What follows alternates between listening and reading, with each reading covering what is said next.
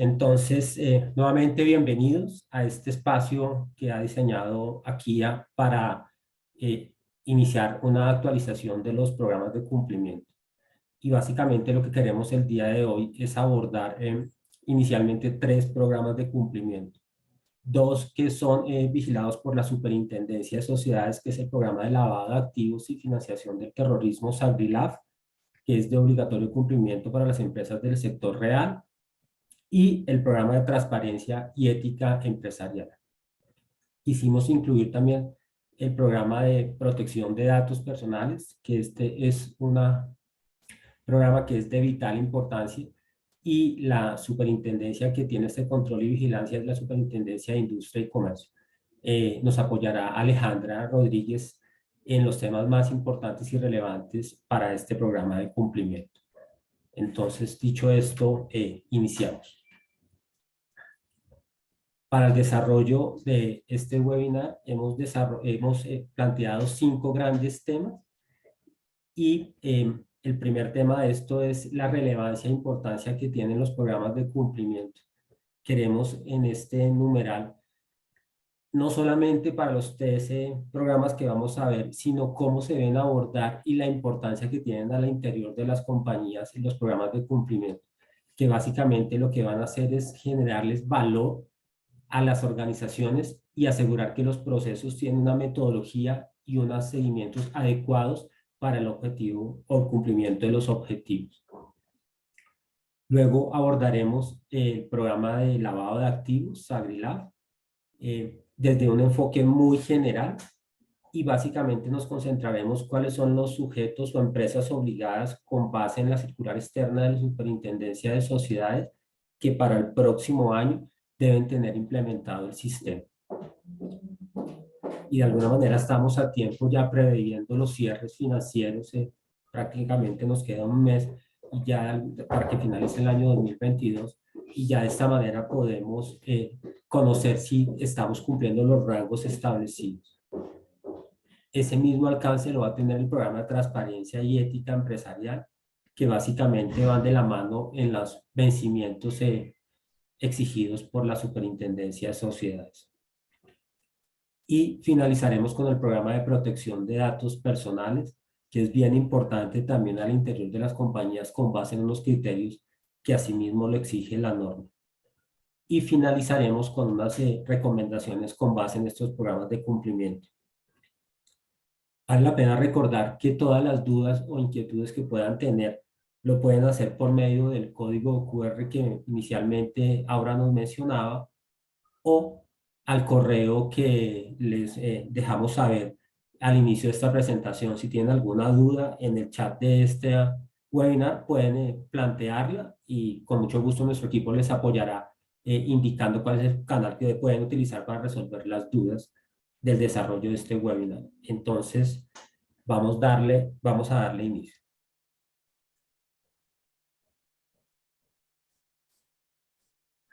Perdón un segundito. Ok.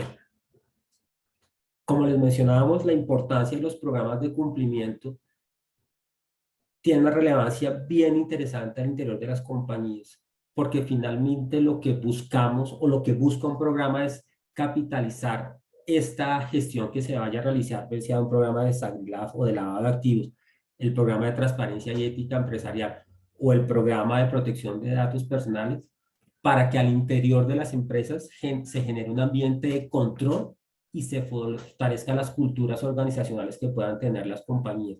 Básicamente lo que vamos a tener es una identidad de nuestros colaboradores para el cumplimiento de estos programas que buscan básicamente es proteger los intereses de la compañía. Es por eso que es de vital importancia identificar los riesgos que tiene la organización, los riesgos bien sea de lavado de activos, de corrupción y soborno transnacional, o los riesgos asociados al manejo o tratamiento de la información asociada de mis clientes o proveedores con el tema de protección de datos personales. Es por eso que estos proyectos o estos programas de cumplimiento se deben abordar como un proyecto que tiene claramente unas líneas de tiempo para su desarrollo y, lo más importante, tal vez un continuo seguimiento y monitoreo para que si en el evento que hay alguna situación que se ha identificado y no está correctamente abordada, se corrija y se empiece a mitigar ese riesgo que se pudo haber identificado. Pero por eso ese monitoreo constante me va a permitir que mis procesos estén protegidos frente a cualquier situación que así lo podamos identificar en el mercado. Y lo que ya mencionaba anteriormente, los programas de cumplimiento le generan valor a mi compañía porque estoy asegurando que los procesos que tengo en mi organización tienen una metodología clara para el desarrollo de las diferentes áreas.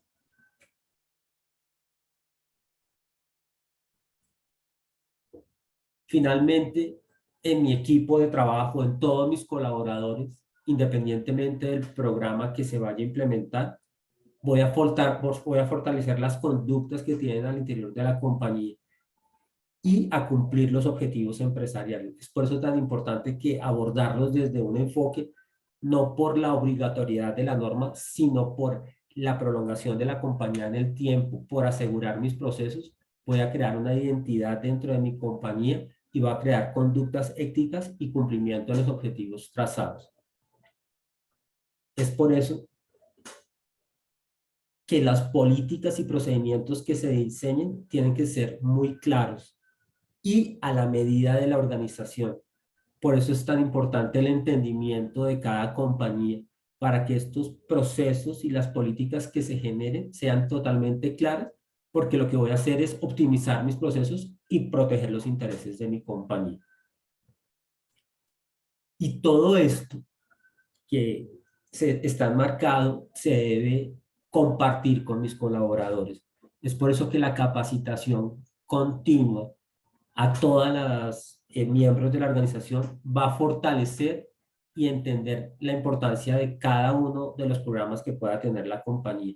Por eso tiene que haber una capacitación, no como lo pueda sugerir la norma para algunos de los programas, que es una vez al año, sino unas capacitaciones periódicas cada 3 meses, cada 6 meses o cada que el equipo de trabajo lo requiera. Pero es importante reforzar en las organizaciones el entendimiento y las obligaciones que se tienen frente a los procedimientos y a las políticas de los programas de cumplimiento.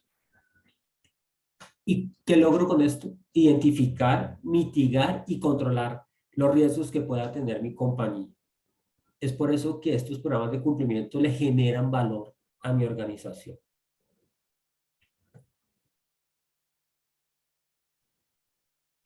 Bien, entonces, ahora entrando en materia en los programas de cumplimiento que queremos desarrollar el día de hoy, son tres, como ya lo mencionaba. Los dos primeros, el de SagriLab, que es el sistema de autocontrol y gestión del riesgo integral de estas siglas, que son lavado de activos, financiación del terrorismo y financiación y proliferación de armas de destrucción masiva.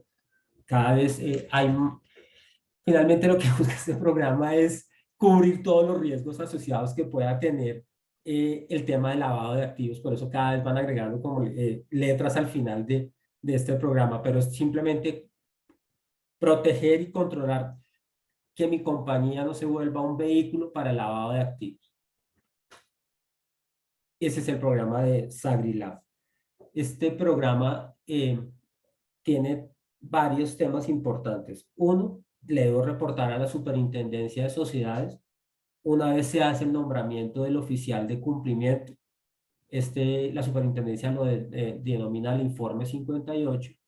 Y una vez al año, entre los meses de abril y mayo, debo reportar lo que tengo consignado en mi manual y mis procedimientos, que es el informe 50. Adicionalmente, cada 3 meses o en el momento que le ocurra a la UIAF, debo hacer unos reportes de operaciones sospechosas o ausencia de reportes de operaciones sospechosas. Pero sí o sí, cada 3 meses tengo que reportarle a la UIAF.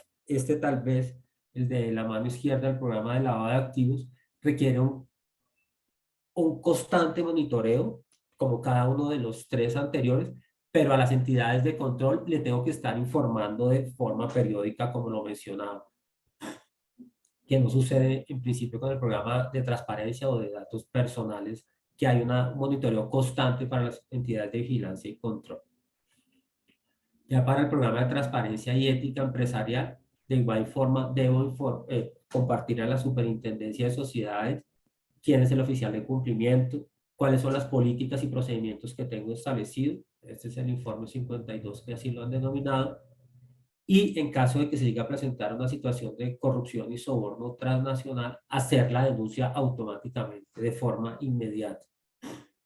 Y de igual forma, se debe informar a la Secretaría de Transparencia. Ahora bien, para la Superintendencia de Industria y Comercio, que es la que regula o controla el tema de protección de datos personales, hay un reporte que se debe hacer de forma anual y en el año siguiente, que es el registro de bases de datos nacionales, que ya lo abordaremos con profundidad.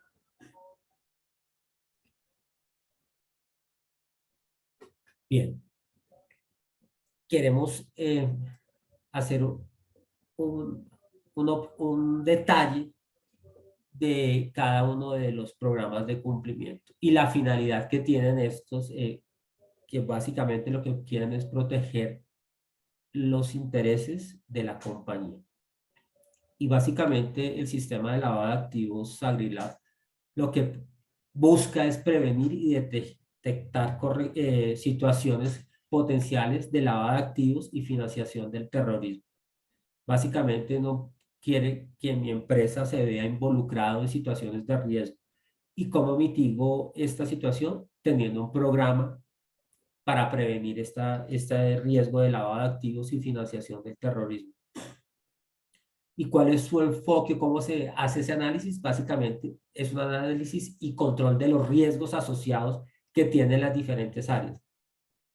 Inicialmente siempre hemos catalogado como 4 grandes áreas que tienen esos riesgos y que hay que hacer ese monitoreo constante, que son el área de compras o proveedores, recursos humanos, proveedores y clientes.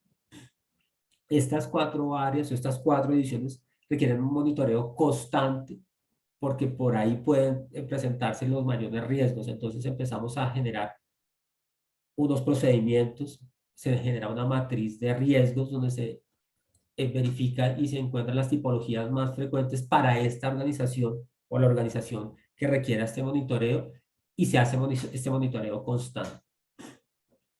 Y como ya lo mencionaba anteriormente, hay que hacer unos reportes de forma trimestral a la UIAF en un periodo puntual si se han presentado o no operaciones sospechosas que debe conocer la autoridad.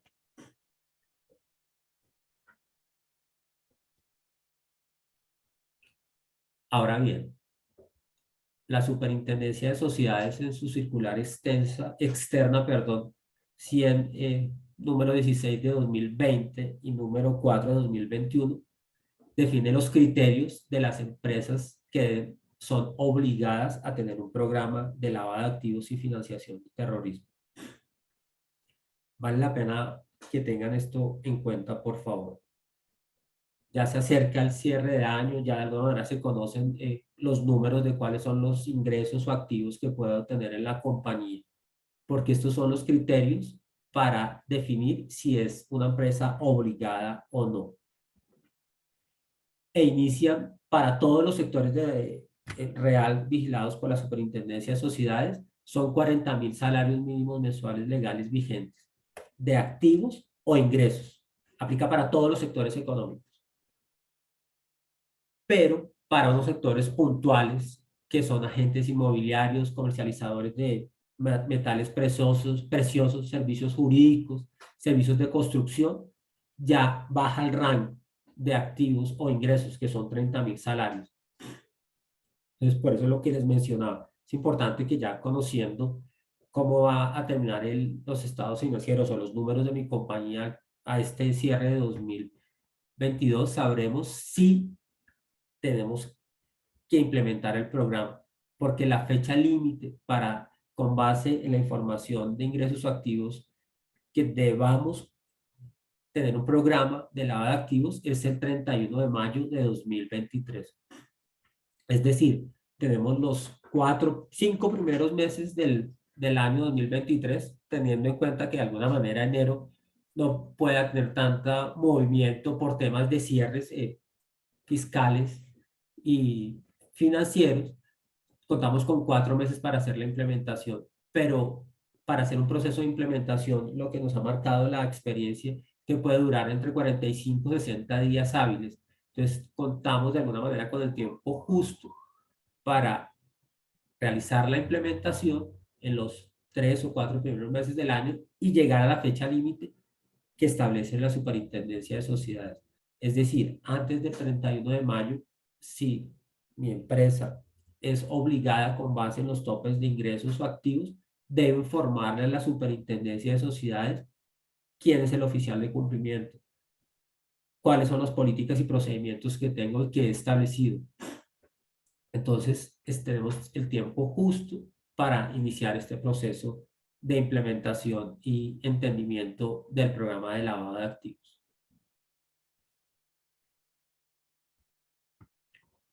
Ahora bien, para el programa de transparencia y ética empresarial, ¿cuáles son los principales objetivos que persigue este programa de cumplimiento? Y básicamente, lo reitero, es fortalecer la cultura ética y transparente de la empresa. Y básicamente lo que permite es asegurar la sostenibilidad de mi compañía y de todo el tejido empresarial. Porque al tener un programa y un estándar dentro de mi compañía, voy a proteger mi interés y todo mi sector económico en torno al que yo trabajo o al que se desarrolla mi compañía. A diferencia del programa de lavado de activos, lo que busca proteger este programa de transparencia y ética empresarial son los riesgos asociados a corrupción y soborno transnacional. De igual forma, se tienen que hacer los reportes a las entidades de control. Acá no se deben hacer los reportes cada 3 meses como lo exigía el anterior programa, sino los reportes se deben hacer es en el momento en que sucede. Es decir, de forma inmediata se tiene que reportar si se conoce un caso de corrupción y soborno transnacional. Y es bien importante para ambos programas que exista ese monitoreo y control y en el caso que se presente, reportar. Porque lo que no puede pasar es que al interior de la compañía se presenta alguna de estas situaciones de riesgo y no le informemos a la autoridad. Porque en el caso que se llegue a presentar una investigación o un proceso, pues la compañía había dejado debidamente documentado qué sucedió al interior de su compañía y lo compartió con las autoridades pertinentes. Eso es bien importante que lo tengamos todos en cuenta. Bien, de igual forma, la Superintendencia de Sociedades, mediante la circular externa número 11 y 12 de 2021, segmentó algunos sectores de la economía que por su naturaleza debían tener implementado un programa de protección, perdón, un programa de transparencia y ética empresarial. Y bajó los niveles de ingresos o activos, porque lo que quiere buscar o lo que pretende el regulador es que más sectores y más empresas cuenten con un programa para proteger la compañía. Y básicamente, a pesar de que sea un tema mandatorio por el regulador, lo que básicamente busca también, o el espíritu de esta norma es proteger los intereses de la compañía y asegurarme que al interior de mi compañía tengo un programa que va a proteger, bien sea a mis accionistas, los socios y empleados y a mi tejido empresarial que tengo en torno a la compañía. Es por eso que ese debe ser el enfoque también que le tenemos que dar a los programas que se vayan a implementar, que protege los intereses de mi compañía, no es porque sea un tema mandatorio desde nuestro regulador. Para el tema de protección, perdón, para la política de ética empresarial, los rangos son inferiores, son ingresos o activos superiores a 30.000 salarios mínimos mensuales legales vigentes para cualquier sector de la economía o que hayan celebrado contratos con el Estado superiores a 500 salarios mínimos legales mensuales vigentes. De igual forma, hay unos sectores puntuales en donde los rangos disminuyen, en donde es de obligatorio cumplimiento tener un programa de ética empresarial y básicamente son los mismos que de lavado de activos, que es el farmacéutico, el construcción, manufactura, minero energético, tecnologías, y aquí los rangos son inferiores, son 3.000 salarios o activos totales o superiores a 5.000 salarios mínimos legales mensuales vigentes. Y la fecha límite de igual forma es hasta el 31 de mayo de 2023. Entonces, nuevamente, por favor, ya estamos haciendo nuestros cierres financieros y de alguna manera sabemos si dentro de nuestra compañía cumplimos estos topes, bien sea de ingresos o activos, pues debemos tomar ese plan de acción para que iniciemos con la implementación y asegurar que dentro de la compañía tenemos el cumplimiento que nos exige nuestro regulador.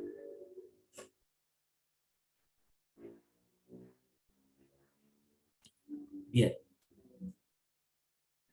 estos dos programas de SagriLab y PTE tienen una figura que se encarga de monitorear, vigilar y controlar que lo establecido en los manuales y políticas y procedimientos de la compañía se ejecute. Esta persona es el oficial de cumplimiento. Este oficial de cumplimiento se encarga de monitorear que yo lo que tengo establecido en mi manual y mi procedimiento se esté cumpliendo. Y tiene una importancia y relevancia al interior de la compañía muy importante, porque es la persona que verifica que se esté cumpliendo, tiene el contacto con las entidades de control, hace los reportes a las autoridades. Entonces, tiene un involucramiento no solamente con la compañía, con las diferentes áreas, sino también con las entidades de control y vigilancia. Acá, como lo pueden ver, estas condiciones y requisitos los establece en la norma y básicamente uno que puede ser diferencial de un profesional en la materia es que tenga conocimientos en administración de riesgos. Para el caso de lavado de activos, que es la administración de riesgos del oficial de cumplimiento, y para el caso de transparencia y ética empresarial, que tenga conocimiento de administración de riesgos de corrupción y soborno transnacional. Finalmente, como lo mencionaba, el oficial de cumplimiento es el responsable de que se esté ejecutando correctamente ambos programas. Pero finalmente, todos los integrantes de la compañía son los que permiten que se ejecute correctamente estos programas. Es por eso que a la final no solamente la figura del oficial de cumplimiento tiene esa relevancia, sino cada uno de los integrantes del equipo se encarga de realizar correctamente su proceso con base en el entendimiento y las capacitaciones que ha recibido y va a asegurar que se cumplen los objetivos de la organización.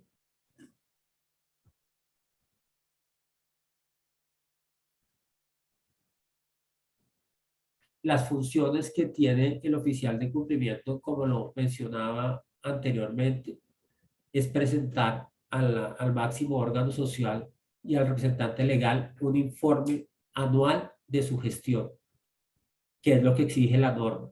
Pero usualmente el oficial de cumplimiento durante la vigencia de ese año está haciendo unos monitoreos y presenta los informes de la gestión o los planes de acción que se tienen que tener en cuenta para optimizar los procesos al interior de la compañía. Adicionalmente, un oficial de cumplimiento puede estar nombrado hasta dentro de 10 compañías y debe estar domiciliado en Colombia, es decir, debe vivir en Colombia de acuerdo a la regulación expedida por la Superintendencia de Sociedades.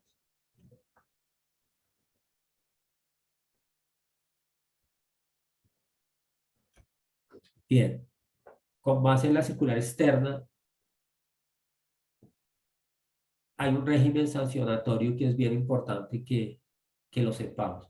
En caso de que la compañía, estando obligada a tener un programa, conociendo los plazos establecidos y no cumple con esta obligación, se ve inmerso en unas sanciones que pueden ser económicas o administrativas. la económica va hasta 200 salarios mínimos mensuales legales vigentes, que puede ser sucesiva hasta que el ente regulador verifique que se está cumpliendo con el objetivo. Y va más allá de esta sanción, porque obliga a los administradores y al oficial de cumplimiento y los incluye como responsables por el incumplimiento de lo establecido. Entonces, siempre ahora están buscando obligar a las compañías de que no solamente si en caso de un incumplimiento tenga que haber una sanción económica y administrativa. Entonces, es bien importante que, sabiendo que tenemos una obligación y sabiendo cuáles son los regímenes sancionatorios, pues caramba, pues proteger nuestros intereses y evitar vernos inmersos en una sanción por el incumplimiento de esta norma. Bien, hasta acá hemos revisado ambos programas, el de lavado de activos Agrilab y el programa de transparencia y ética empresarial. Bien, entonces le doy paso a Alejandra Rodríguez para que sigamos con los temas propuestos para este webinar. Fernando, muchas gracias. Buen día para todos los que nos acompañan en este webinar. Por favor, ¿me podrías confirmar, Fernando, si estás? Dame un segundito, por favor. Listo. Ya estoy viendo, estás moviendo tu mouse, ¿cierto? Listo. Bien, perfecto. Adelante, Alejandra. Muchas gracias.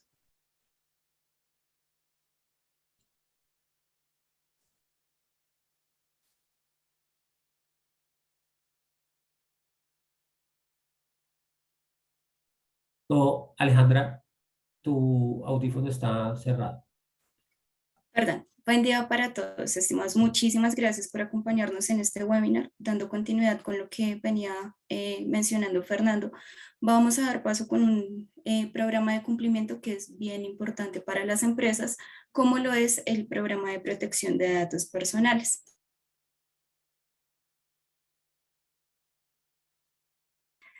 Alejandra, apagaste nuevamente tu micrófono. Perdón, ¿ya ahí me están escuchando bien? Sí, ya te volvemos a escuchar. Listo, vale, muchas gracias. Bueno, para iniciar quisiera que todos los presentes se plantearan una pregunta, y es si en sus empresas se están recolectando, almacenando, usando, circulando datos de personas, bien sean archivos físicos o digitales. ¿Esto por qué? Resulta que la Superintendencia de Industria y Comercio, mediante su decreto 1377 del 2013, nos indica que todas las sociedades están obligadas a contar con un programa de protección de datos personales que también conocemos en este decreto como el principio de responsabilidad demostrada. Adicional a esto, ¿quiénes son esos sujetos obligados? Las entidades sin ánimo de lucro que superen las 100.000 VTs. Esas 100.000 VTs a este año de 2022 se representan en 3.800.400.000. ¿Qué responsabilidades o más bien qué criterios deben cumplir estas empresas? Deben contar con un programa de protección de datos personales. ¿Qué nos va a garantizar este programa de protección de datos personales? El primero de ellos, lo que se pretende es informar y garantizar que mis datos están siendo realmente protegidos como titular. En un momento vamos a ver algunas definiciones para que todos tengamos en cuenta. Segundo y muy importante también es el trámite que le están dando a mis datos como titular, más conocido como esas PQRs. Y el tercero de ellos es qué tratamiento se le está dando a esa información. Nosotros como compañías debemos tratar únicamente los datos de los que yo como titular autorice que fueran tratados. Ahora, ¿quiénes pueden ser también esas empresas obligadas? Las propiedades horizontales, las sociedades mercantiles, las pymes, las grandes empresas, las administraciones públicas, organismos públicos y las entidades sin ánimo de lucro. Para estas entidades sin ánimo de lucro, había un plazo para que contaran con este programa de protección de datos personales que iba al 30 de noviembre del 2018. Ya para las demás entidades, el cumplimiento para demostrar que éramos entidades responsables de cumplir con el principio de responsabilidad demostrada o protección de datos personales estaba estipulada hasta el 31 de enero del 2019. Bien, como para entrar un poquito más en contexto, quiero como ahondar un poquito en unas definiciones de las que vamos a venir hablando durante el transcurso de este webinar. El primero de ellos es el titular. ¿Quién es un titular? Es esa persona natural cuyos datos serán sometidos a un tratamiento. Esta es mi información de cómo yo me identifico como persona. Una segunda muy importante es el tratamiento. ¿Qué es el tratamiento? Es ese uso que le va a dar un responsable para la recolección, para el almacenamiento, para el uso de esa información que tiene mía como persona titular. Ahora, ¿qué es un dato personal? Ese dato personal son los que me identifican a mí como persona. Un nombre, un correo electrónico, un teléfono, una dirección. Vamos a encontrar que la Superintendencia de Industria y Comercio establece varios datos. Este es uno de ellos, pero hay otros que también debemos tener en cuenta. Existe otro tipo de datos que es el dato semiprivado. Ese dato semiprivado es el que solo me interesa a mí como titular. Por ejemplo, yo, Alejandra Rodríguez, voy a solicitar un producto bancario. El asesor me dice que para dar tratamiento a mis datos personales es necesario hacer una consulta en Data Créditos. Yo le estoy dando esa autorización para que tramite mi información personal una única vez. ¿Cuándo finaliza esa autorización? Cuando el asesor ya ha realizado la consulta en esta entidad y ya ha arrojado un reporte, bien sea positivo o negativo. Hasta ahí estamos hablando de ese dato semi-privado. También vamos a encontrar otro tipo de datos, como lo es un dato privado. ¿Cuál puede ser ese dato privado? Son esos datos que solo me interesan a mí como titular, como por ejemplo mi número de identificación, una foto, mi número personal. Bien, hay otro dato que conocemos acá que es muy importante tener en cuenta, que es el dato sensible. Estos datos sensibles se califican o se categorizan en la línea de datos especiales. ¿Por qué? Estos datos son sensibles cuando hablamos de que pueden generar algún tipo de discriminación dependiendo del trato que yo les dé, como por ejemplo, puede abarcar datos referentes a una orientación política, convicciones religiosas, organizaciones sociales, datos relativos a su salud e inclusive los datos biométricos. Nosotros, ¿en qué momento utilizamos también estos datos sensibles? Por ejemplo, cuando en nuestras instalaciones, de nuestras empresas, vamos a hacer un registro de visitantes. Hay algunos registros que nosotros hacemos con uso biométrico, de huella, con fotos, entre otros. También es muy importante tener en cuenta que existen unos datos que debemos tratar, que son los datos de los menores de edad. Con estos datos debemos tener especial cuidado porque nosotros no podemos tratar datos de los menores de edad si no contamos con la autorización del tutor de este menor de edad. Por ejemplo, resulta que vamos a hacer la campaña en un centro comercial y vamos a hacer una campaña para el Día de los Niños, para el 31 de octubre. Vamos a fotografiar varios niños para publicar en nuestra página. Allí lo que el centro comercial, por ejemplo, debería hacer es contar con la autorización del tutor o de sus padres para que esas fotos puedan ser publicadas. Entonces es bien importante que tengamos cuidado con esos datos de todas las contrapartes que nosotros vamos a estar manipulando, que pueden ser datos de los colaboradores, de los hijos de los colaboradores, de nuestros proveedores, de nuestros clientes, entre otros. Ahora bien, también vamos a hablar de una figura bien importante que es el responsable.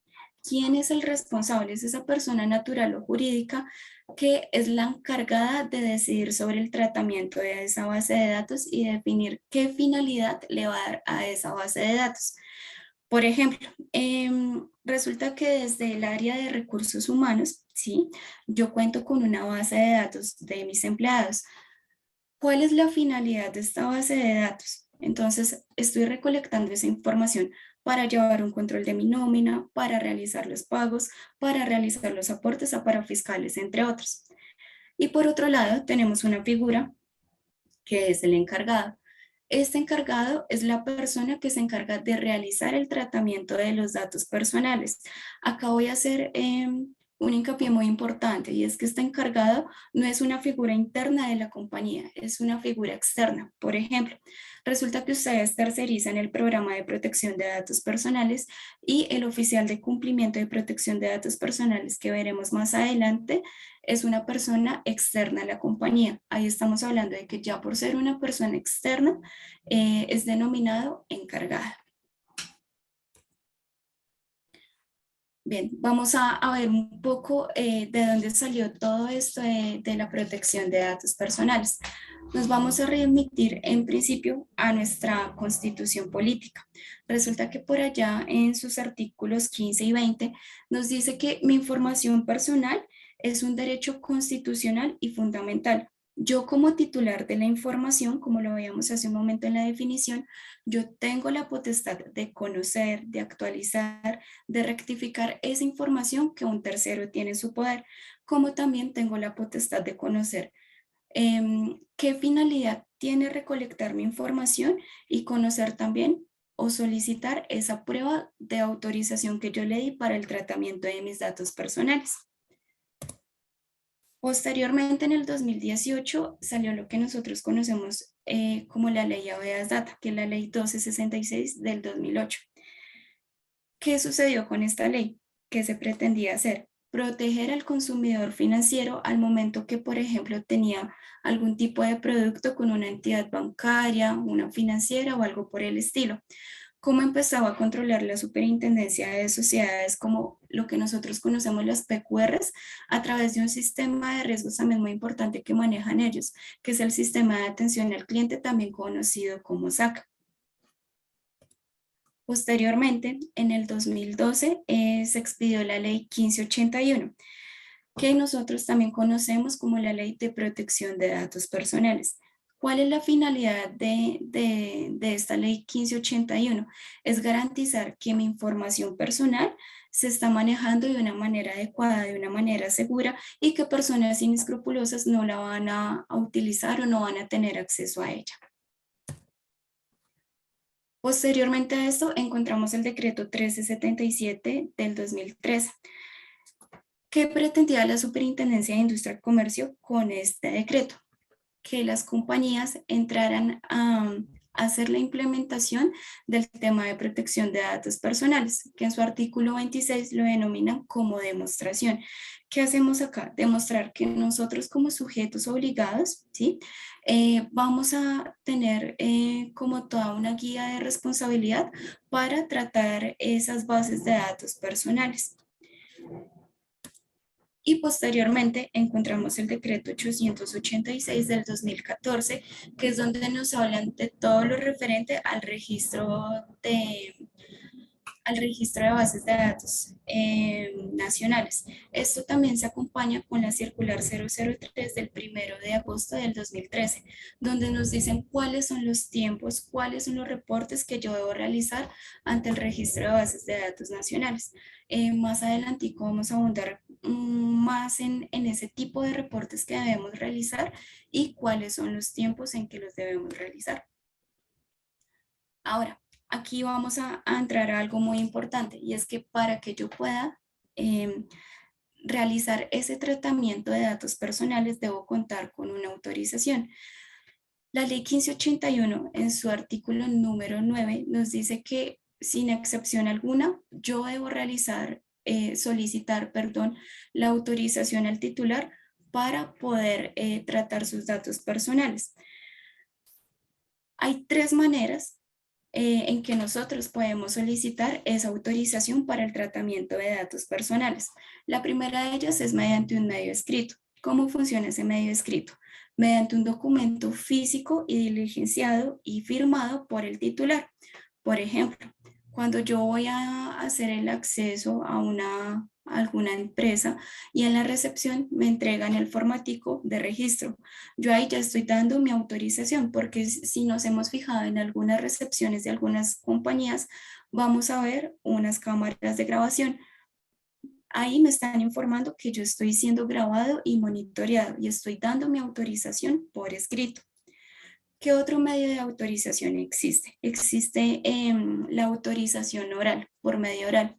Por ejemplo, cuando me contacto con el call center de alguna entidad bancaria, creo que es muy conocido por todos cuando nosotros nos comunicamos y nos dicen que nuestra llamada está siendo grabada y monitoreada y que si quiero conocer la política de protección de datos personales, puedo solicitarla a través de tal medio o a través de su página web.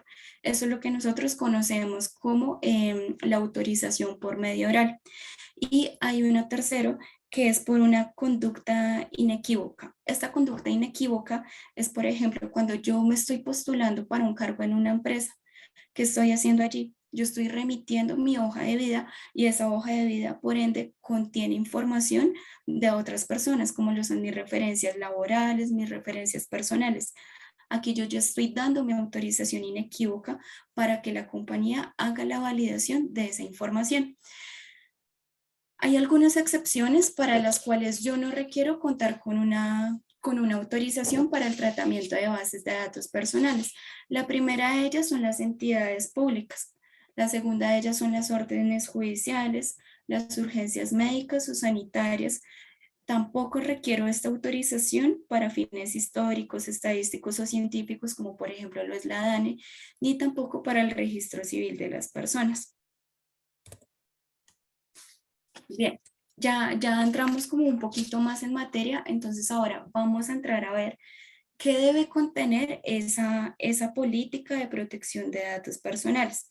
¿Qué me indica a mí la Superintendencia de Industria y Comercio? Que yo debo crear una política para la protección de sus datos personales que contemple ciertos aspectos.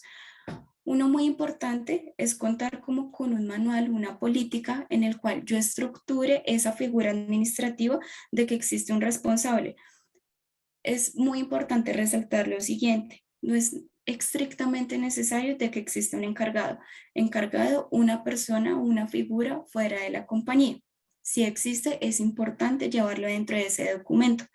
Adicional a esto, como esos mecanismos que yo estoy utilizando para la implementación de mi programa de protección de datos personales. Adicional a ello, que es importante contar con unas auditorías internas. ¿Para qué? Para que yo me pueda cerciorar que realmente estoy poniendo en práctica lo que ya implementé en ese programa de protección de datos. Adicional a ello, es importante contar con un inventario de bases de datos. ¿Cómo funciona este inventario de bases de datos personales? Como lo hablaba hace un momento, nosotros debemos contemplar en una matriz de bases de datos todos los terceros que abarcamos, por ejemplo, de mis clientes, de mis proveedores, inclusive de mis colaboradores. Bien, ¿qué más debo establecer allí? Debo establecer algunos procedimientos que, por ejemplo, para el procedimiento de ingreso de visitantes voy a hacer un registro en la recepción y que allí voy a solicitar su autorización, su nombre, su cédula y sus datos personales. También es muy importante contar con unos cronogramas de capacitación. ¿Por qué es importante? Porque en el momento que desde los líderes de área tenga el conocimiento, manipule los datos de algún otro tercero, ya está siendo responsable. Desde recursos humanos, resulta que la parte de reclutación y selección de personal está abarcando gran cantidad de hojas de vida, como puede que hayan algunas que ya hayan sido descartadas. Aquí automáticamente la persona que se está encargando de depurar esas hojas de vida ya está siendo una persona responsable. Entonces, cuando hablamos de responsable, no es únicamente la persona jurídica, la entidad como tal, sino es cada uno de sus líderes de área. Bien, por eso es importante contar con unos programas de capacitación para que estos líderes o estos responsables sepan cómo es ese debido tratamiento que se le debe dar a la información de las personas. Hay algo muy importante también que debe abarcar esta política de protección de datos personales y son unos protocolos de incidentes. ¿Qué puede ser un incidente? Me hackearon la información. Bien. Ahora, también existe algo muy importante acá y es que debemos contar con una línea de comunicación. Yo sé que varios de ustedes ya cuentan con sistemas, con programas de cumplimiento, perdón, como lo es un SAGRI Loft, como lo es un programa de transparencia y ética empresarial. Resulta que desde estos programas de cumplimiento nosotros ya manejamos algunas líneas de comunicación. Hablemos de un programa de transparencia ética empresarial. Digamos que contamos con un canal de comunicación para recibir todas las denuncias referentes a actos de soborno o de corrupción, y digamos que la línea se denomina línea ética @akia.co, por ejemplo. Resulta que yo, para el tema de protección de datos personales, debo abrir un nuevo canal de comunicación, por ejemplo, que se llame atención al cliente @kia.co. ¿Por qué? Resulta que ante una visita de un ente de vigilancia y control, que sería la Superintendencia de Industria y Comercio, me va a preguntar: María Alejandra, déjeme ver cuántas quejas, cuántas peticiones, cuántos reclamos recibió de sus titulares durante el primer semestre. ¿Qué puede pasar? Yo ya cuento con una línea ética, pero resulta que en esta línea ética yo recibo muchísimas más comunicaciones, y para poder realizar un reporte oportuno ante el registro de bases de datos nacionales, ya debo contar como con el dato exacto, mientras que si manejo una sola línea para los dos sistemas, va a generar una confusión y puede que mi información no sea exacta. Bien, ahora, ¿qué funciones cumple acá el máximo órgano social o la alta gerencia de la compañía? En primer lugar, debe designar a un oficial de protección de datos personales, que es importante que cumpla este oficial de protección de datos personales, que sea una persona que tenga la potestad, que tenga la autoridad y que tenga sobre todo el conocimiento normativo y cuente con las capacidades para atender, por ejemplo, una visita de una entidad de vigilancia y control, como lo es una superintendencia de industria y comercio. Adicional a esto, ¿qué debe hacer un oficial de protección de datos? Debe aprobar y monitorear y hacerle como todo el seguimiento a la implementación del programa de protección de datos personales. Adicional a esto, ¿qué debe hacer esta figura? Debe presentar informes periódicos a los órganos administrativos sobre la ejecución que se está dando al programa de protección de datos personales, las PQRs que se han generado durante el semestre, entre otros. Acá hay algo muy importante, y es que este oficial de cumplimiento puede ser el mismo oficial de cumplimiento que nosotros ya tenemos, por ejemplo, nombrado para un SagriLoft, para un programa de transparencia y ética empresarial. Indispensable que conozca muy bien la norma, y segundo, que cuente con las capacidades para atender estas auditorías de entidades como la Superintendencia de Industria y Comercio. Ahora, ese oficial de protección de datos, ¿qué funciones principales tiene? La primera de ellas es dar trámite a todas las solicitudes que se lleguen a generar mediante esa línea de comunicación que hablábamos hace un momento. Recomendación: se puede manejar mediante un correo electrónico. Se podría establecer también una línea telefónica, pero es importante conocer que esta línea debe estar en funcionamiento 24/7. Por ello es recomendable que lo manejemos mediante un correo electrónico. Y como les decía, separemos los temas. Separemos que hay un canal de comunicación para un SagriLoft, para un programa de transparencia, como que haya un canal totalmente independiente para todo el tema de protección de datos personales. Recomendación personal: va a ser muy útil para recolectar la información al momento de hacer la transmisión de la información ante el Registro Nacional de Bases de Datos. Bien. Otra de las funciones principales de este oficial de protección de datos es velar por la implementación y cumplimiento del sistema.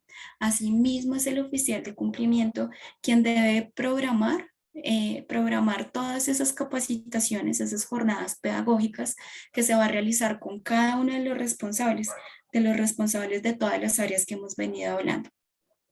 Y una no menos importante, que es cumplir con las obligaciones ante el Registro Nacional de Bases de Datos Nacionales. Bien, ahora sí, ¿cuáles son esos registros que nosotros como compañías debemos empezar a realizar ante el Registro Nacional de Bases de Datos Personales? Hay uno principal y muy importante, que es una actualización anual. Como les decía hace un momento, las compañías entraron en obligación de contar con este programa de protección de datos personales hasta el 31 de enero del 2019. La Superintendencia de Industria y Comercio, sin embargo, ha venido adelantando auditorías y seguimientos. ¿Qué es importante acá? Que nosotros realicemos actualizaciones anuales entre el 2 de enero y 31 de marzo de cada año. ¿Qué información vamos a actualizar acá? La información de la compañía, la información del responsable, la dirección, el teléfono, la finalidad de esta línea. ¿Cuál es esa finalidad? ¿Para qué estoy usando yo esos datos personales de los diferentes terceros que tengo vinculados? Hay otro segundo reporte muy importante que hace referencia a lo que conversábamos hace un momento del canal de comunicación, que son los reclamos de los titulares.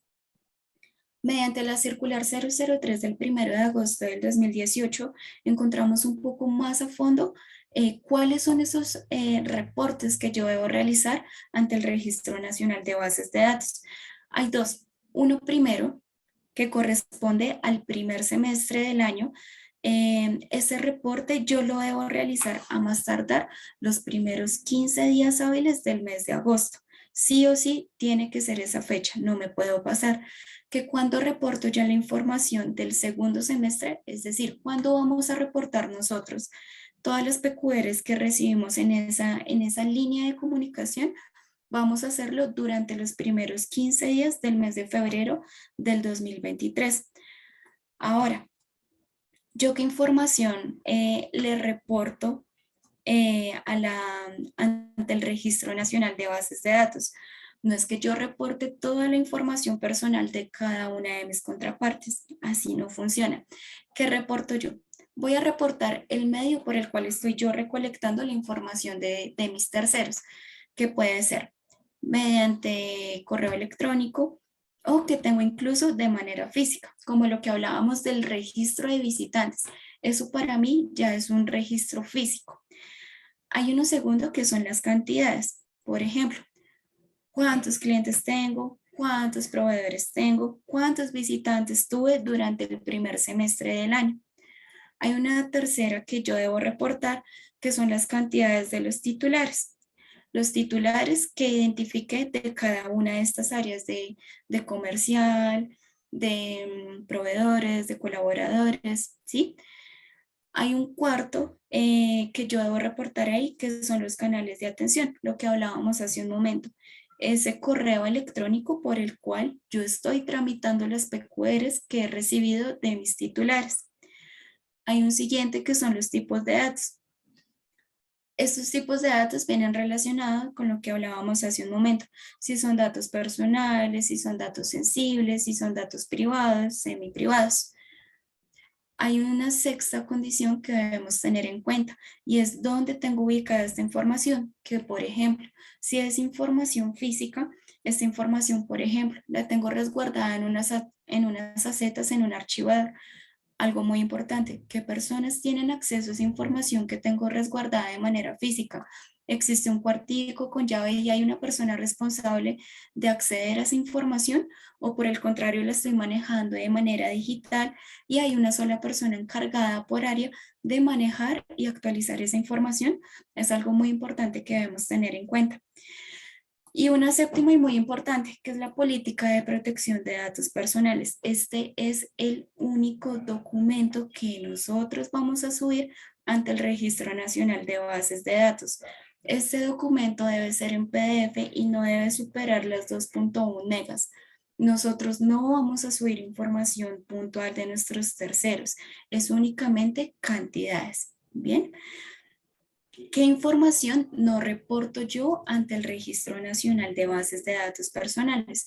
Yo no voy a reportarles mis contactos del celular, no voy a reportarles los contactos que tengo anotaditos por ahí en una agenda, no voy a reportarles tampoco esos contactos que me ayudan a mí a controlar los temas de lavado de activos, financiamiento del terrorismo, ni esos contactos de inteligencia o contrainteligencia, todos esos contactos que me ayudan en parte también a monitorear y hacer ese seguimiento al SAGRI-LAUT. Bien, ahora, también existen unas bases de datos que son las bases de datos nuevas. Estas bases de datos yo tengo 2 meses para registrarlas a partir de su creación. ¿Cómo voy yo a cerciorarme de que existe o no existe una base de datos nuevas? Mediante mi oficial de cumplimiento de protección de datos personales. ¿Por qué? Resulta que mi oficial de cumplimiento de protección de datos personales está haciendo visitas de seguimiento a cada una de las áreas, digamos cada 1, cada 2 meses. Resulta que cuando llega al área de proveedores, encuentra que se empezó a clasificar de una manera independiente todo lo que son contratistas. Quieren separarlo de lo que son los proveedores ya netamente para su funcionamiento, ¿sí? Entonces resulta que empieza a hacer un seguimiento y encuentra que desde el área de proveedores de ventas se empezó a segmentar una nueva base de datos netamente para contratistas. Aquí ya estamos hablando de que contamos con una base de datos nueva. ¿Qué va a pasar? Vamos a tener 2 meses máximo a partir de que contamos con esa nueva base de datos para reportar ante el Registro Nacional de Bases de Datos, ¿sí? Y hay un último registro que nosotros debemos realizar ante el Registro Nacional de Bases de Datos, que también es muy importante. Son aquellos cambios sustanciales que yo tengo dentro de mi política de protección de datos personales. ¿Cuáles pueden ser esos cambios sustanciales? Por ejemplo, la finalidad. La finalidad de la base de datos del área de recursos humanos ya no va a ser únicamente para el pago de su nómina y sus prestaciones, sino que también va a ser para hacer promociones o para pasar estos funcionarios hacia otras áreas. ¿Cuál otro puede ser un cambio sustancial? El nombre del encargado. Resulta que ya mis bases de datos no las está manejando un encargado, sino que hay alguien interno en la compañía que cambió mi razón social o mi dirección de domicilio. Esos son los datos sustanciales. Esos cambios sustanciales yo tengo 10 días hábiles dentro del siguiente mes para realizar el cambio. Ahora vamos a hablar de algo muy importante, que es el régimen sancionatorio. Resulta que cuando yo no cumplo con las exigencias de la Superintendencia de Industria y Comercio, me estoy sometiendo a una serie de multas o sanciones. La primera de ellas son multas de carácter personal e institucional, que pueden ser hasta de 2.000 salarios mínimos mensuales legales vigentes. Estas multas pueden ser sucesivas. ¿Qué quiere decir? Que si tengo una visita de la Superintendencia de Industria y Comercio, identifican que tengo algo en la compañía que debo corregir, pero resulta que ellos me dan a mí unos plazos para hacer esas correcciones. Si yo no actúo de manera oportuna, ¿sí?